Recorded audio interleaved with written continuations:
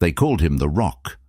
Granite-jawed, eyes sweeping across a restless crowd, always one step ahead of danger. In Michael Jackson's world, bodyguards weren't just men in suits. They were human walls, shields absorbing the chaos so the star at the center could keep shining.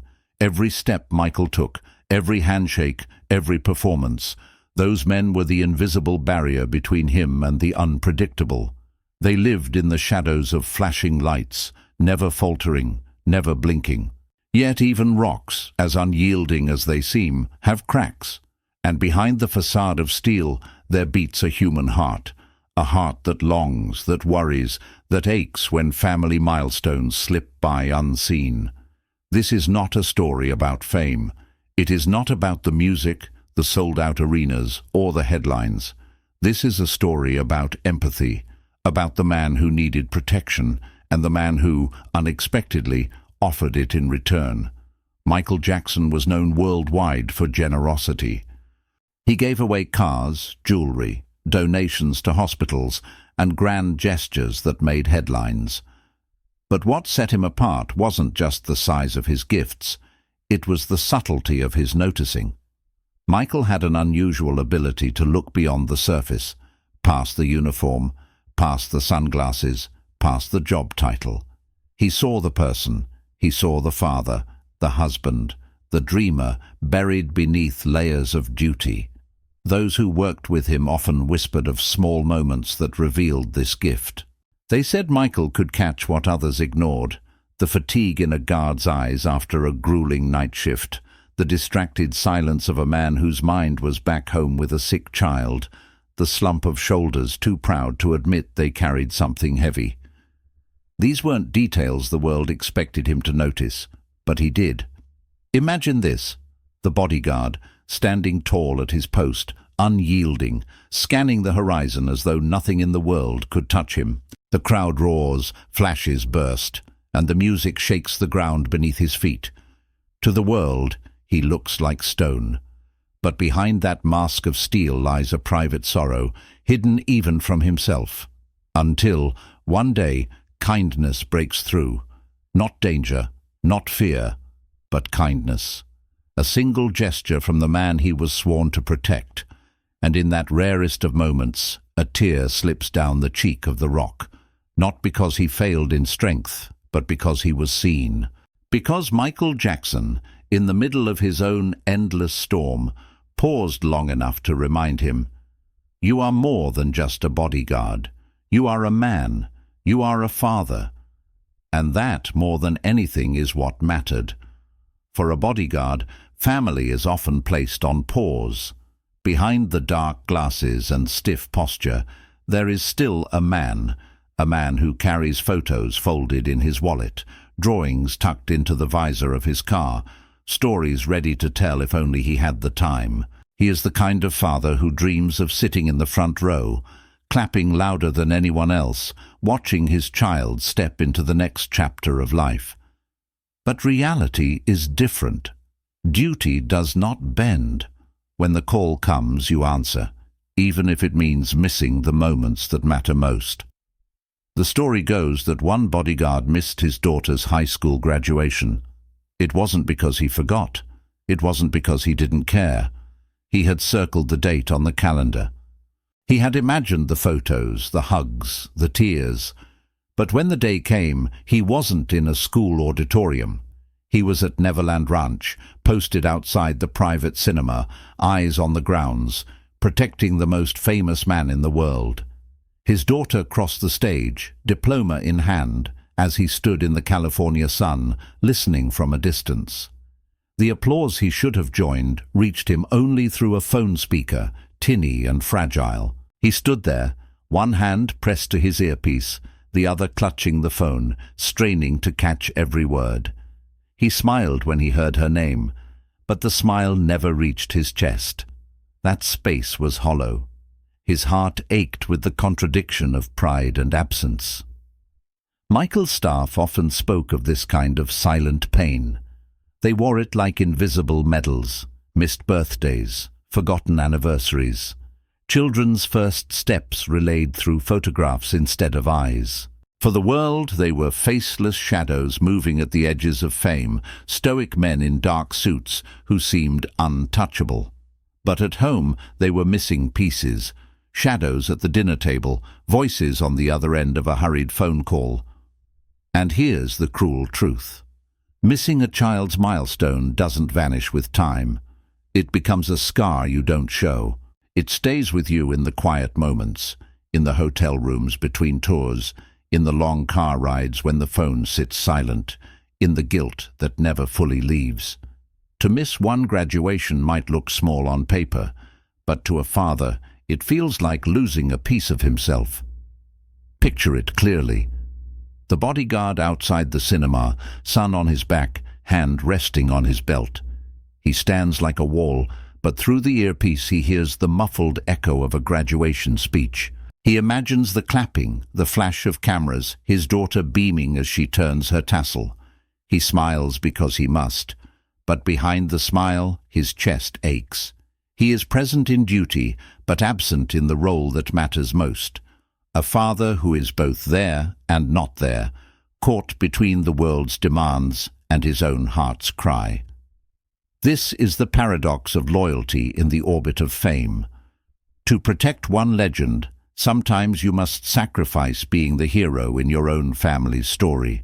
And that sacrifice, though invisible to the crowd, weighs heavier than any stage lights ever could. Michael Jackson had a gift, not just the kind of gift that filled stadiums or sold millions of records. His deeper gift was noticing. Beyond the lights, beyond the hysteria of crowds, beyond the barriers of uniforms and sunglasses, he saw people. Where others looked at the bodyguard and saw only a wall of protection, Michael saw the father. He sensed the sacrifices that didn't make the headlines. He felt the stories that were never spoken out loud. The legend says it happened quietly, perhaps in a hallway at Neverland, perhaps during a late-night debrief when the staff thought their words were just small talk. Someone mentioned that a bodyguard had missed his daughter's graduation. It wasn't a complaint, just an acknowledgement of the cost of the job. But Michael heard it. He stopped. His world was full of interruptions, endless schedules and pressing demands, but in that moment, he pressed pause.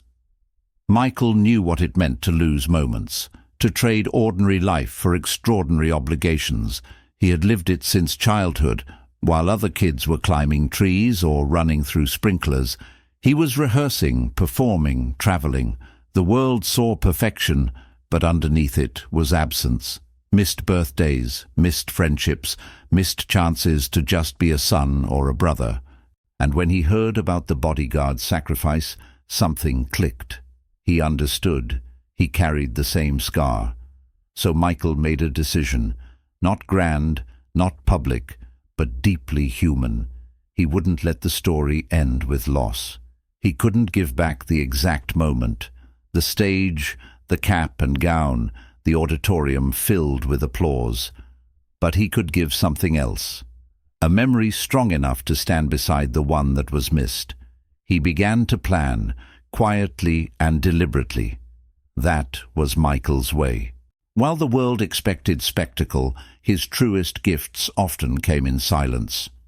He was the man who remembered a staff member's birthday without needing to be reminded, who sent flowers to a grieving family when no one was watching, who stopped mid-rehearsal to ask if someone had eaten. His kindness wasn't performative, it was instinctive.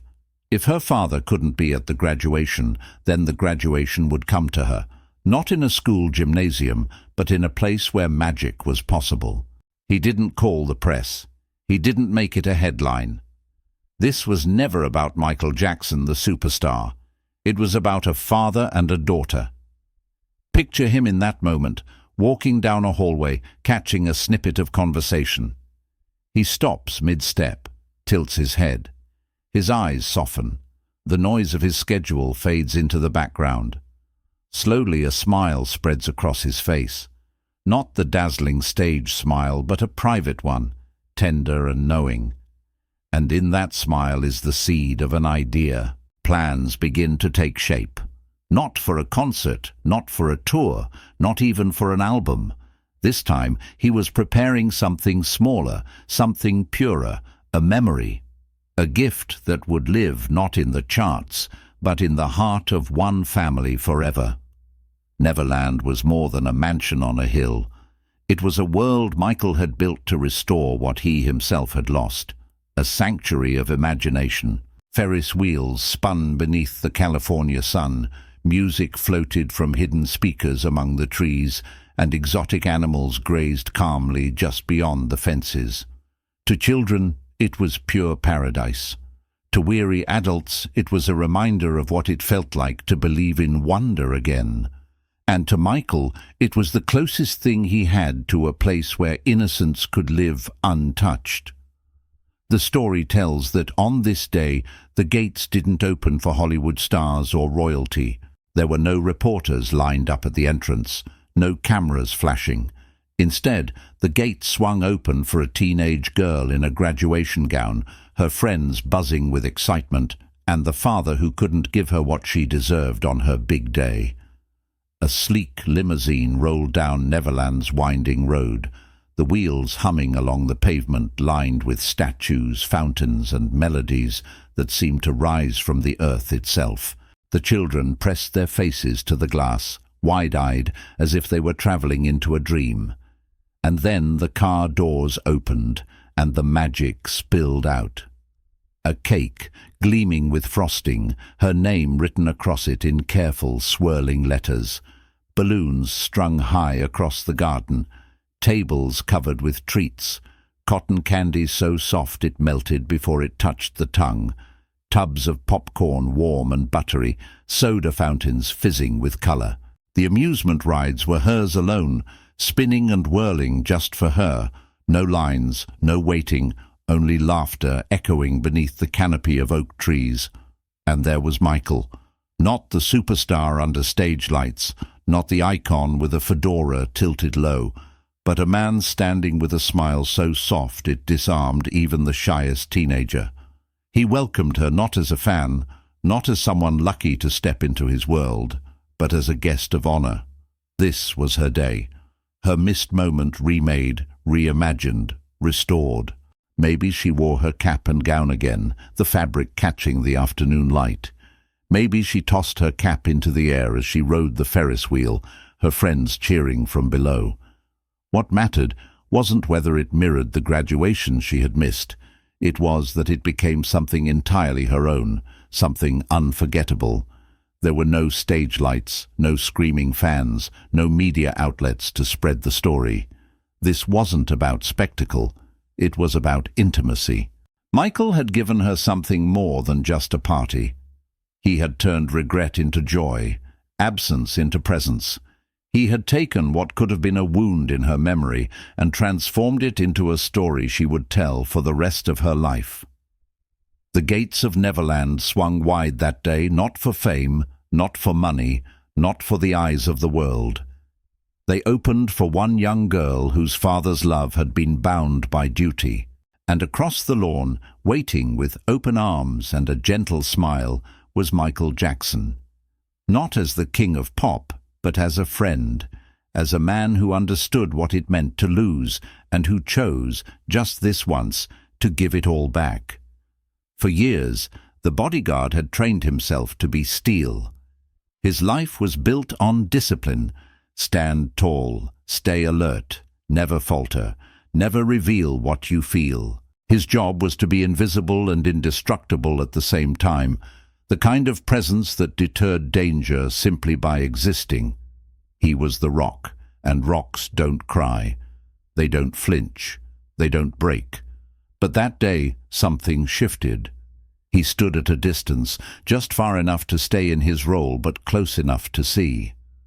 His daughter, the girl whose graduation he had missed, was laughing louder than he had ever heard her.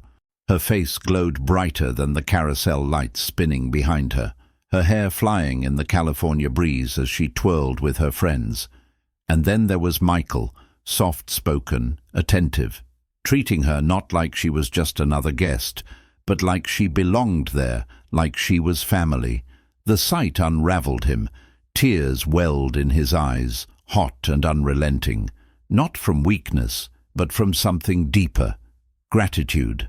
He had carried the guilt of absence like a stone in his chest, but in that moment it lightened. Michael had given his daughter a memory so extraordinary that it softened the sharp edge of what was lost.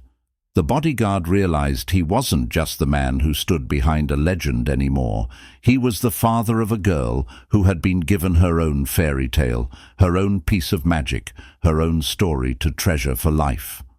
Those who worked with Michael often said he had an uncanny sense of timing.